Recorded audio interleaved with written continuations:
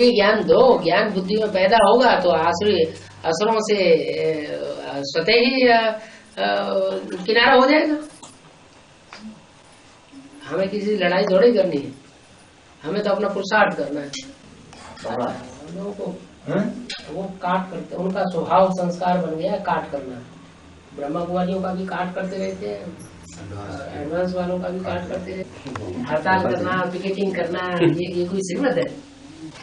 बाबा अमृत वेले सुधारने के लिए क्या करना चाहिए? पुरुषार्थ करना चाहिए और क्या करना चाहिए? दृढ़ प्रतिज्ञा करना चाहिए, कल से हम जरूर उठेंगे। तो कुंभ का भाव ऊपर से आता है।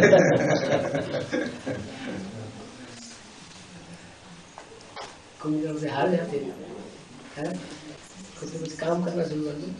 बाबा ने बताया कि वो सरसों का तेल ड्रापर में रखो और आग में डाल दे। सरसों का तेल? हाँ। यानी तो 2-4 दिन कुछ काम शुरू कर दो, काम करना, बैठ के याद मत करो।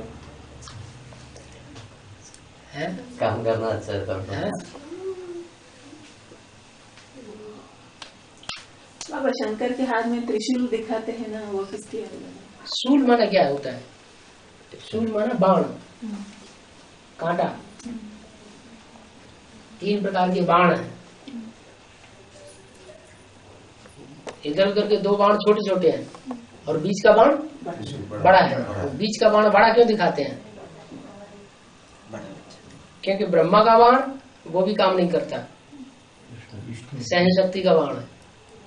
और शंकर का बाण तो सामना करने की शक्ति का बाण है, तो वो भी काम नहीं करता। और दोनों का जब मेल होता है बीच वाले में तो वो बड़ा हो जाता है, वो मार बहुत करता है। तो विष्णु देवता जब निकलता है तो कल्याण हो जाता है। 3 बाण है, तीन देवताओं के। बाबा ये बीज रूप बोलते हैं, स्थूल शरीर, सूक्ष्म शरीर और कारण शरीर है। कारण शरीर माने बिंदु आत्मा। जितना याद करते जाएंगे सूक्ष्म तो उससे अंदर अंदर चले जाते हैं। हाँ, अब मनन चिंतन मंथन में जाएंगे, जितना मनन चिंतन मंथन करेंगे उतना बीज रूप स्टेज में टिकने में सहयोग मिलेगा। अव्यक्त स्थिति से जो अव्यक्त स्थिति की ज्यादा प्रैक्टिस करते हैं तो उनको बीज रूप स्टेज में टिकने में आराम हो जाता है। और खींच करके बीज रूप स्टेज याद करें में टिकने की कोशिश करेंगे तो बहुत कठिन लगता है।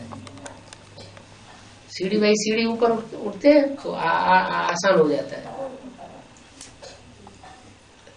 मैंने ये पढ़ा है कि 7 शरीर होते हैं। 7 शरीर होते हैं।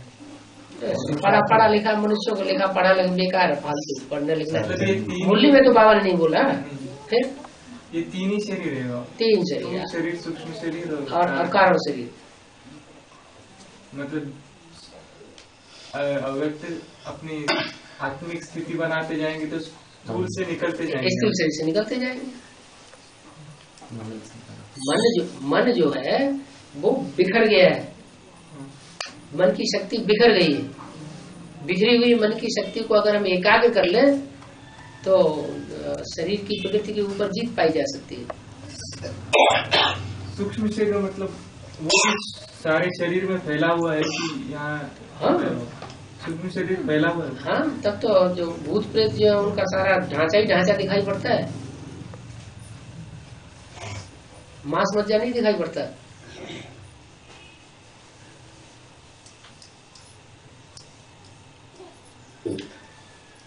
बाबा वो सीढ़ी है ना, वो ऐसा क्यों टेढ़ा दिखाई है? स्ट्रेट क्यों नहीं दिखाई? कीड़ा ऐसा गिर के नीचे गिर रही है ना, इसलिए टेढ़ा था। एकदम निदान से गिरता है। बाबा शंकर को फॉलो नहीं करना है तो यहाँ कैसे फॉलो करने लगते हैं? शंकर को फॉलो माने कर्मों में फॉलो नहीं करना है। कर्म ब्रह्मा के द्वारा करके दिखाए और जो डायरेक्शन है वो बाप का फॉलो करना है। बाप है शिव शंकर भोलेनाथ के रूप में, और माँ जो है, माँ ने जो कर्म करके दिखाए हैं उन कर्मों को फॉलो करना है। कर्मों में। तो शंकर को अगर फॉलो करेंगे तो फिर तो आसुरी लाइन में चले जाएंगे,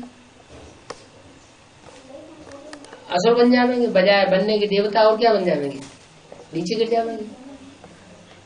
जो जिसका काम है वो उसका काम करने दें, दूसरे के काम में हम इंटरफियर करेंगे तो फिर तो हमारा नुकसान ही होगा ना। और कर्मों में ब्रह्मा को फॉलो करना है।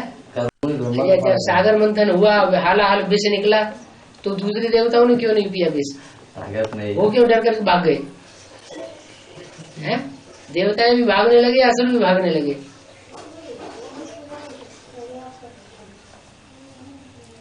जो समर्थ है उसको ज्यादा नुकसान होने वाला नहीं है। इतना तो नुकसान होता है कि संग का रंग बच्चों का लगता है, क्योंकि बच्चों को साथ लेकर के जाना है, छोड़ करके नहीं जाना है, वो तो जिम्मेवारी है। लेकिन वो संग का रंग ज्यादा समय टिकता नहीं है रामकृष्ण की आत्माओं पर। रामकृष्ण की जो आत्माएं हैं वो निमित्त बनी हुई है बच्चों को संग का रंग लगाने के लिए। संग के रंग से उनका पराभव नहीं होगा, लेकिन वो अपना संग का रंग लगा करके बच्चों को ऊंचा उठाने के निमित्त बनी हुई है। हम कहें कि हम तो अपना संग का रंग लगा करके दूसरों को उठा देंगे, वो हो ही नहीं सकेगा।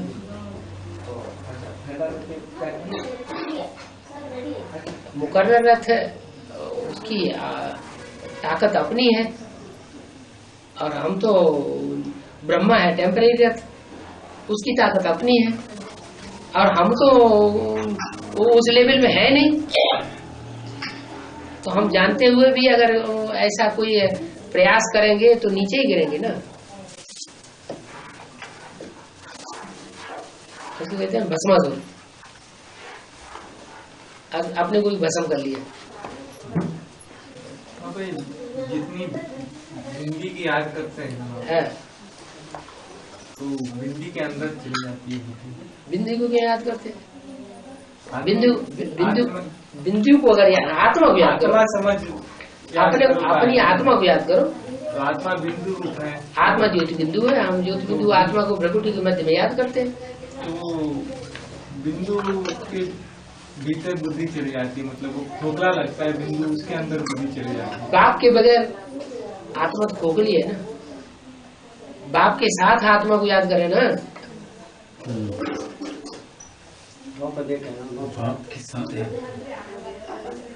अब जीवात्मा, हम बच्चे, और वो हमारा बाप परमपिता परमात्मा, तो साथी का अनुभव होगा ना, नहीं तो अकेलेपन का अनुभव होगा। अपने को बिंदु समझे तो बिंदु में बुद्धि चली जाती है, वो अंदर जैसे नील जैसा अनुभव, स्पेस में चली जाती है वो अंदर। हाँ, फिर बिंदु भी निकल जाता है और अंदर फिर एकदम नहीं, अंतरिक्ष जैसे स्पेस होता है ना, वैसे हो जाता है। सबसे बड़ा स्पेस तो परम धाम है। बिंदु ये जो आकाश में है स्पेस है वो तो छोटा है। आत्मा जब परमधाम वासी बन जाए तो वो तो स्पेस बहुत बड़ा है। बिंदु को याद करते करते वो ऐसे हो जाता है, स्पेस में चले जाते हैं। वो बिंदु रहता नहीं है, बिंदु के अंदर स्पेस लगने लगता है। सन्यासी न बनो, घर का सुधार के साथ साथ अपना सुधार होगा।